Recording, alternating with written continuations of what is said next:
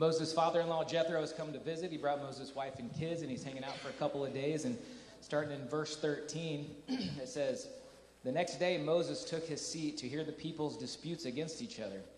They waited before him from morning until evening. When Moses' father-in-law saw all that Moses was doing for the people, he asked, What are you really accomplishing here? Why are you trying to do all this alone while everyone stands around you from morning until evening?" Moses replied, "Because the people come to me to get a ruling from God. When a dispute arises, they come to me, and I'm the one who settles the case between the quarreling parties. I inform the people of God's decrees and give them his instructions." "This is not good, Moses," father-in-law exclaimed. "You're going to wear yourself out, and the people too. This job is too heavy a burden for you to handle all by yourself. Now listen to me, and let me give you a word of advice, and may God be with you. You should continue to be the people's representative before God, bringing their disputes to him. Teach them God's decrees and give them his instructions. Show them how to conduct their lives, but select from all the people some capable, honest men who fear God and hate bribes. Appoint them as leaders over the groups of 1,000, 150, and 10. They should always be available to solve the people's common disputes, but have them bring the major cases to you. Let the leaders decide the smaller matters themselves. They will help you carry the load, making the task easier for you. If you follow this advice and God commands you to do so, then you will be able to endure the pressures, and all these people will go home in peace." Moses listened to his father-in-law's advice and followed his suggestions. He chose capable men from all over Israel and appointed them as leaders over the people. He put them in charge of groups of 1,000, 150, and 10. These men were always available to solve the people's common disputes. They brought the major cases to Moses, but they took care of the smaller matters themselves. Where Jethro was talking to Moses, giving him advice, he was telling him, he was seeing what he was doing. He was like, "Man, you're spending all your time dealing with these petty little disputes between the people. You're going to burn yourself out." He's like, "You can't keep this up. You can't sustain this. You need to get some help." He tells him, you need to divide all these people up. He tells him thousands, hundreds, 50s, 10s, put them into these groups, and then you need to find men that you can trust who are honorable and capable and honest, and put them in charge of those groups. And he narrows it all the way down to groups of 10. It's a biblical principle. All throughout history, we can see where in churches and in business and in military and in sports, 10 is really the number. It's commonly accepted that that's the most amount of people that one person can really effectively lead. And when there's more people than that, there needs to be more leaders to help carry that load. I work for McDonald's. I'm an area supervisor, and that's something that we teach to our leaders in the stores, is that when you're a shift leader, that 10 people is really the most people you can effectively lead. If there's more than that, then you need to have additional leaders on that shift helping you lead those people. I spent 17 years as a general manager, where I would oversee one single location, and I had 6 different locations that I was the general manager of at one time or another. Anytime I would go into a new location, I had to start figuring out how to build leadership influence with people, because there could be 60, 70 plus people in a location, and that's tough. And so what I learned to do was I would start off the first several weeks just really getting to know people and observing how they interacted with each other and how they interacted with me, and trying to figure out who are the leaders here right now. And I don't mean the people with a leadership title.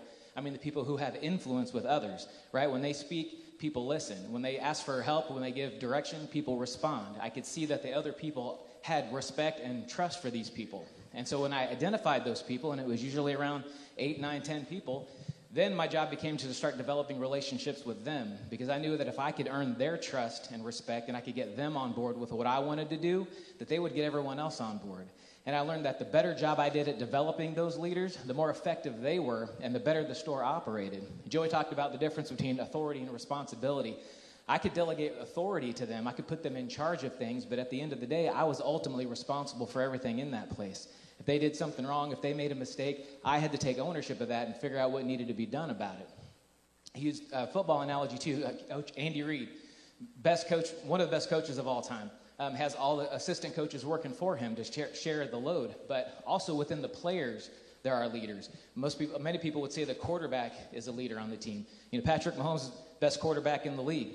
If you watch him play, he does amazing things. He can make long passes all the way down the field. He can be falling, running, jumping, twisting his body in crazy ways and still make accurate passes. He can run and score on his feet if he needs to. He's won all kinds of titles, MVPs, Super Bowls. He's about to play in his 6th straight AFC championship game. But as good as he is, he's not winning games all by himself. If he went out on the field alone, he's going to lose every time. because he needs those other guys around him. Football is really the ultimate display of teamwork, because at any given time, there's 11 guys on the field. Every one of them has a different job, a different responsibility, a different position, and the success of every play depends on every one of those guys doing his job alongside the rest of his team. You could take the top 11 quarterbacks in the league and put them on one team together, put them against the worst defense in the league, and is that the Broncos? I'm just kidding. The Broncos. I don't know who the worst defense is. But you could put the best 11 quarterbacks in the league and put them against the worst defense, and those quarterbacks are going to lose because they're all quarterbacks. They all do the same job. It's not going to work. Joey is the leader of our church here at Grace. He's our pastor. He comes up here and he preaches and he teaches from the Bible every week. That's where his strength is. That's where he has the biggest impact for God.